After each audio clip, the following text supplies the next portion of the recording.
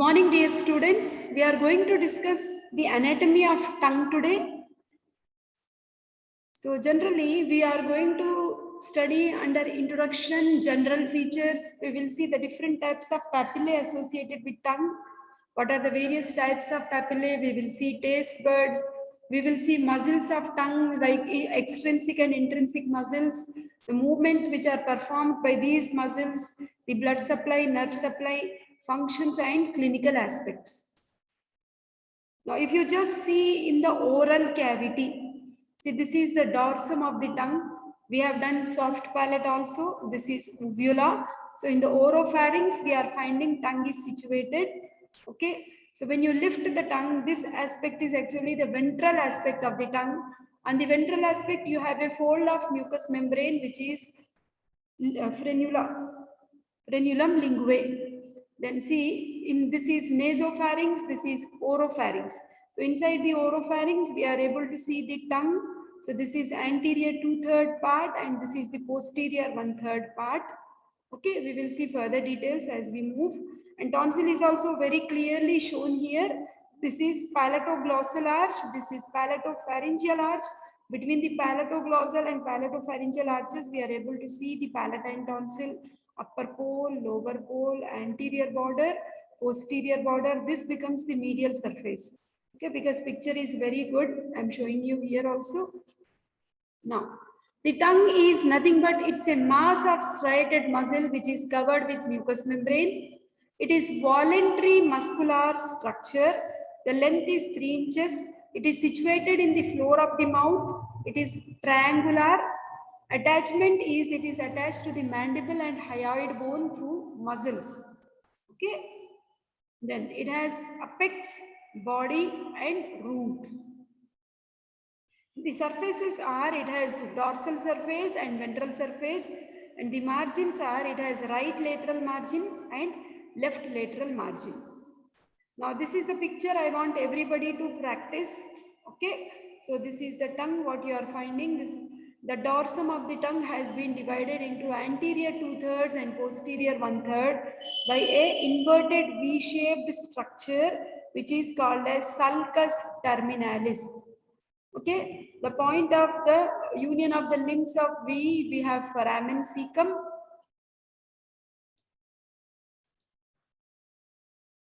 Now, in the anterior 2/3 of the tongue, you can see there is one median furrow. You can just feel the surface of your own tongue on the dorsum. It is little rough because it has the distribution of papillae. The papillae which are maximum on the dorsum we have are filiform papillae. Along the margins we have fungiform papillae. Right in front of sulcus terminalis we have circumvallate papillae. Along the posterolateral margins we have foliate papillae. Among all these papillae you can see the papillae which are quite big in size are the circumvallate or vallate papillae. The posterior 1/3 of the tongue is showing large round lymphatic nodules which are nothing but lymphoid follicles. If you remember Waldeur's lymphatic ring, I told you we have lingual tonsils, palatine tonsils, tubal tonsil and the pharyngeal tonsils. So 2 tonsils we are able to see. This is lingual tonsil, these are the palatine tonsils which are the part of Waldeur's lymphatic ring. Now, as you move more behind, we have a cartilage of larynx called as epiglottis, which is connected with the tongue via 3 folds. The midline fold is called as median glossoepiglottic fold. Glosso is tongue and epiglottis is cartilage. Hence, glossoepiglottic fold in midline. Laterally, we have 2 more folds called as lateral glossoepiglottic fold. Between median and lateral glossoepiglottic fold, we have depressions which are called as vallicula. Okay. Now, this is Netter's atlas picture, which we are able to see the real type of tongue. Okay, this is only for diagram purpose, which is easy for you. It's a line diagram, and this is the true picture. Where we are finding the various papillae and the dorsum of tongue. This is sulcus terminalis. This is the lingual tonsil. These are the foliate papillae, many filiform, and these are the fungiform papillae. Okay, this is the lingual tonsil, such clear picture. epiglottis, median glossoepiglottic fold, lateral glossoepiglottic fold, and these are the valleculae. Okay, and this is palatine tonsil, palatoglossal arch, and palatopharyngeal arches. So now when you talk about tongue, the general features are it has superior surface, it has inferior surface.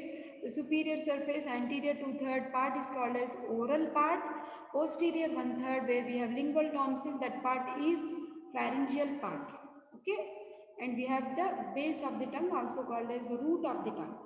So this V-shaped sulcus is sulcus terminalis, which divides the tongue into anterior 2/3 and the posterior 1/3. The meeting point of these limbs of this V is foramen cecum.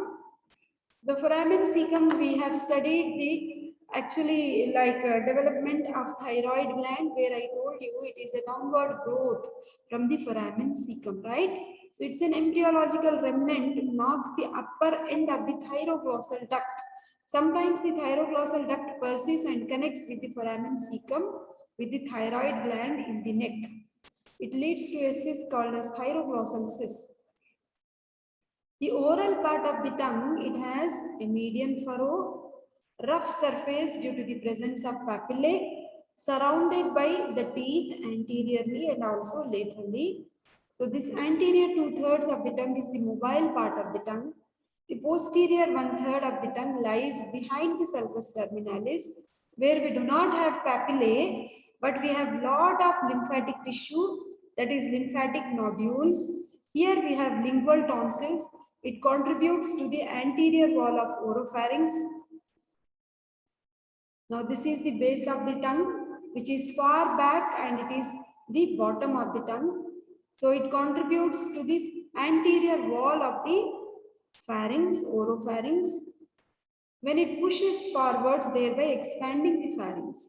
When it pulls backwards, thereby constricting the pharynx. So this part of the tongue doesn't have papillae. Now, inferior surface of the tongue, you will see the ventral surface of the tongue, there is a mucosal fold. You just open your mouth and just lift your tongue in front of the mirror. You will see your own frenulum linguae. And you will see on either side, veins are seen, which are nothing but the lingual veins, deep lingual veins we will see. Okay. So the other folds actually they are called as plica fimbriata. Okay, this is frenulum linguae. On either side we have deep lingual veins, and the mucosal fold is plica fimbriata. Once you know where it is, same thing is texted here. So inferior surface is covered by smooth mucous membrane. The mucosal fold is frenulum. On either side of frenulum, we have deep lingual vein, which is seen through the mucosa. Lateral to the lingual vein, we have mucosal fold called as plica fimbriata. Everything is shown here. Okay, these are the, just look into the mirror, your own tongue. Okay, then muscles of the tongue. We have extrinsic muscles and intrinsic muscles. Okay, the extrinsic muscles are the muscles which are seen outside the tongue, connecting the tongue from with the surrounding bones. Like for example, if it is connected with hyoid bone to the tongue, you call it as hyoglossus. If it is attached from the genial tubercles of the mandible to the tongue, you call it as genioglossus. If it is coming from the styloid process of the skull bone to the tongue, you call it as styloglossus. If it is coming from the hard palate to the tongue, you call it as palatoglossus. So these are outside connections of the tongue with various bones, hence you call them as extrinsic muscles. Genioglossus, hyoglossus, styloglossus, palatoglossus. The muscles which are seen within the substance of tongue, they are called as intrinsic muscles. We have superior longitudinal, inferior longitudinal, transverse and vertical. Okay, so these are the various intrinsic muscles which you are seeing here. So in this picture, you are finding the intrinsic muscles. So what are the various muscles we have? Like above, we have superior longitudinal. Below, we will have the inferior longitudinal muscles. The muscles which are in vertical direction, they are called as vertical muscles, and they are the ones which are in transverse bundles, they are called as transverse muscles. Okay. So the tongue is divided into two halves by a median septum, and the muscles of each half consist of both extrinsic and intrinsic muscles. So each muscle is in pair, not single, right? So the intrinsic muscles are confined to the tongue.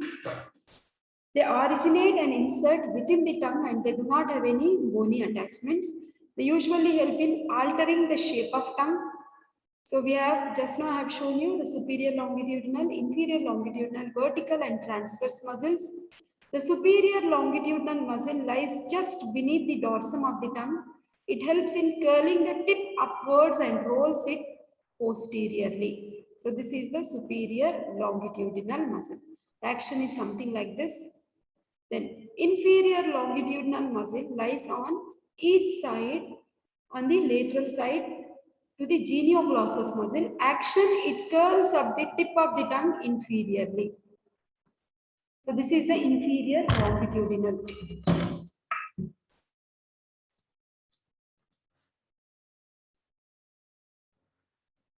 So the transverse muscle, it narrows the tongue and increases its height. Then we have vertical muscles. So the vertical muscles, as you can see here, it runs inferolaterally from the dorsum. Action, it flattens the dorsum. These are the vertical and transverse muscles. Now, once we are done with intrinsic muscles, let us see extrinsic muscles. These muscles take origin from parts outside the tongue, therefore move the tongue as well as alter the shape of the tongue.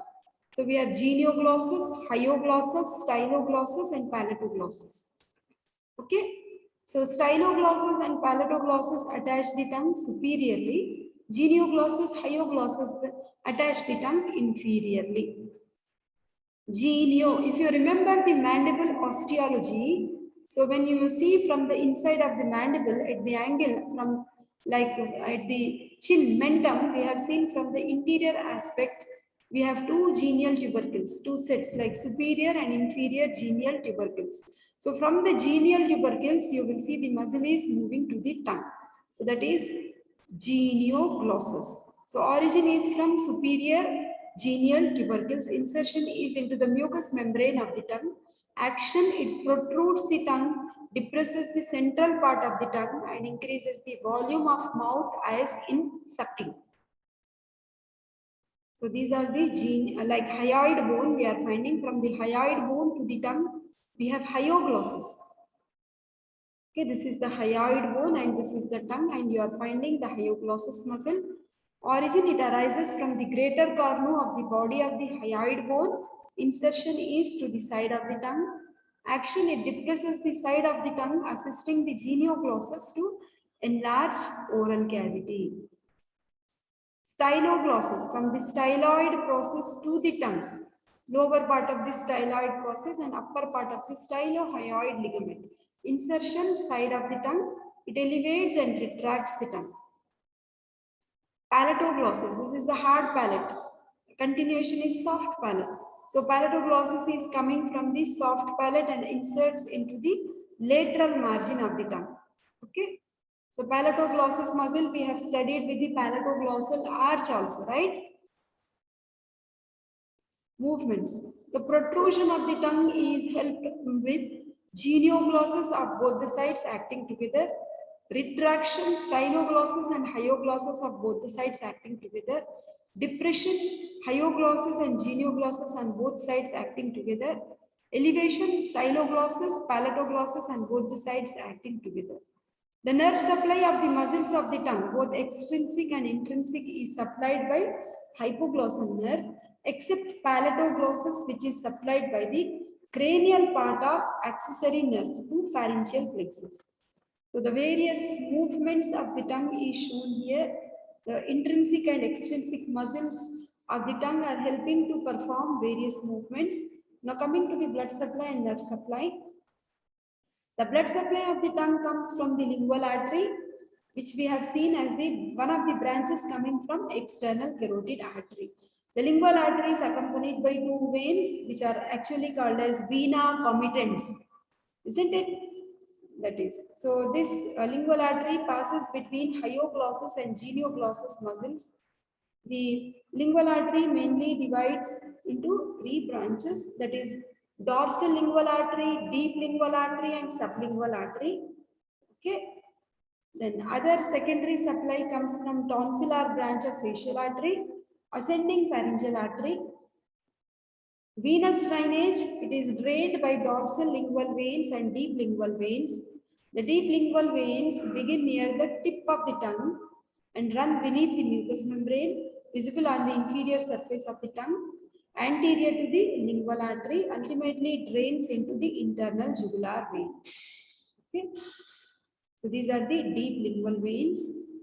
Okay, then the dorsal lingual veins drain the dorsum and the sides of the tongue, runs along the lingual artery, and it also drains into the internal jugular vein. Coming to the lymphatic drainage of the tongue, so the tip of the tongue is draining into submental group of lymph nodes. Okay, these are called as apical vessels. From here, they move into deep cervical group of lymph nodes.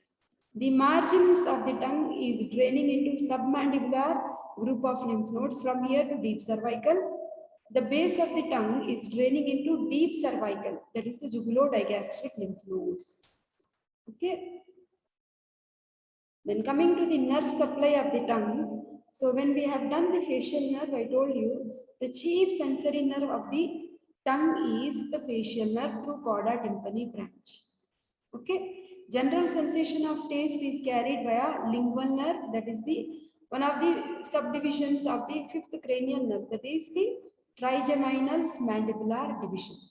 Okay. The posterior 1/3 of the tongue is supplied by the glossopharyngeal nerve. Posterior most part of the tongue is supplied by vagus.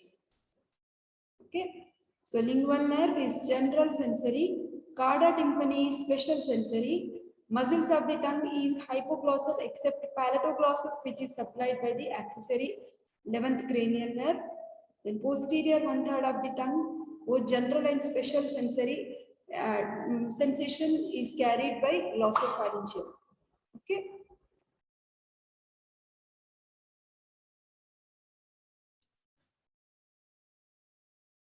So the posterior most part, you can see it is supplied by the internal laryngeal nerve, which is the branch of vagus. Okay, general and special sensory fibers are here. Practice this diagram because it's very good, and nerve supply of tongue is a part of essay question. As such, tongue is an essay question. So everything, whatever is shown here is summarized. All extrinsic, intrinsic muscles are supplied by hypoglossal nerve, except palatoglossus, which is supplied by the cranial part of accessory through pharyngeal plexus. Sensory supply, anterior 2/3, general sensations, lingual, special taste sensations, cauda tympani, glossopharyngeal, posterior 1/3, posterior most part is the vagus, isn't it? So special taste sensations, cauda tympani. So taste sensation of the posterior 1/3 is glossopharyngeal. Vagus, the taste sensation of posterior most part. So the functions of tongue, it helps in deglutition, taste sensation, speech production, breastfeeding, self-cleansing system and mastication. Now let us see certain clinical aspects. Suppose if the tongue is getting infected, inflammation, it gets enlarged. So because of any infection, you call this condition as glossitis, which may lead to ulceration. We may find this type of like changes in case of certain anemias, where the papillae also may be lost and the tongue becomes very smooth. Okay. Then under surface of the tongue is good side to check if there is any yellowish discoloration, what we see in jaundice. In unconscious patient, tongue may fall back and it may obstruct the larynx, the air passage. Hence, we have to see like the patient is lying in the prone position, head down, or by keeping the tongue out mechanically. Referred pain is felt in the ear in diseases of posterior part of the tongue because glossopharyngeal nerve supplies not only the posterior part of the tongue but also ear. Okay, tongue cancers are quite common. Palms, gutkas, these are the various reasons because of which you will see tongue carcinoma. So carcinoma of posterior 1/3 is more dangerous. Okay, thank you.